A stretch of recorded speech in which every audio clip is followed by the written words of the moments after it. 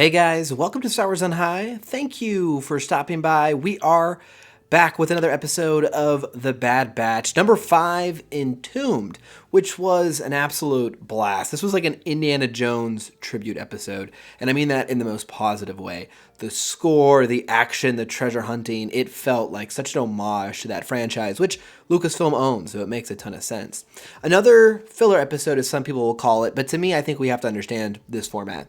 So in the Clone Wars, in these long seasons, we would have battles and events we could go to with different Jedi and different planets, different conflicts, to kind of break up the episode-by-episode progression. Since Bad Batch only follows this kind of core unit, there are some stories that need to help us breathe, learn the galaxy, find more team building moments, more character development moments. And so we have these side adventure, these filler episodes, which I think are really a breath of fresh air. In particular, this episode, I think is about as best of a filler episode we've ever had.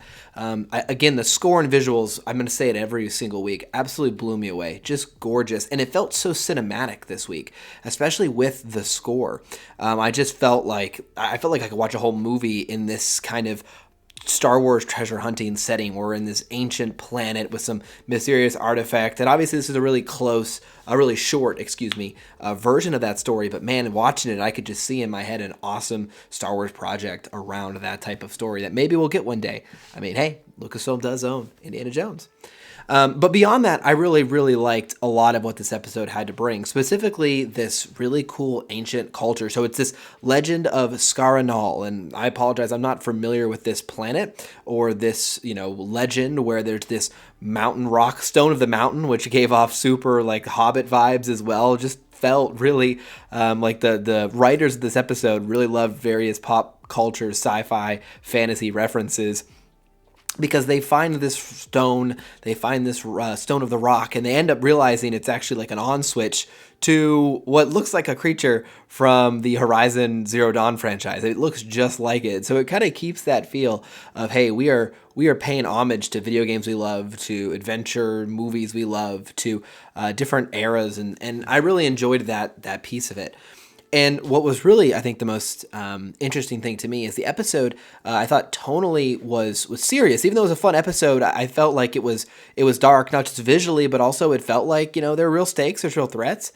And I like that the episode, even though fun and a little adventure, it had some weight to it, it had some depth. And so overall, I mean, I love this episode as far as Bad Batch. I think it's one of the more fun, I can think of last season, there were several like fetch quest missions with like Mochi and other things that were enjoyable, but this one to me is like a home run. This is what I really love to see these guys doing. So kudos to the writing team, kudos to whoever put the score together this episode, because it is absolutely phenomenal. And we have 9 episodes left. So the last 2 episodes have taken us on some fun side missions. I'm sure we'll kind of return to the central plot here shortly.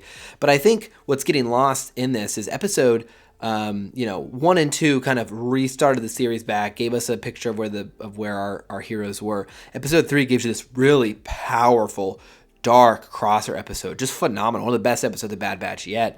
Episode 3, a very lighter one with tech, and then this one is a full-on adventure. And so we've got a lot of different feelings this season, a lot of different places, a lot of different things we've done. So I'm sure we'll cover a lot of ground, and it continues to lead me to believe there will at least be a 3rd season of this show. I do not think they're wrapping after season 2, which is a good thing for me because I love animated Star Wars. I love expanding the universe, especially this era, and animation is one of the best ways to do it. So what did you guys think of the episode Entombed? What were the little Easter eggs or little call-outs you liked? Let me know down below. Did I miss any of the ancient cultures reference? Because they didn't really stick out to me in any major way, so I want to know what you guys think. Make sure you guys like and subscribe. Stay tuned in as we cover all the new Star Wars. March will bring us more Jedi, Survivor. It's going to bring us Mandalorian. There's a lot on the way, so make sure you guys subscribe and stay tuned into the channel. See y'all again very soon.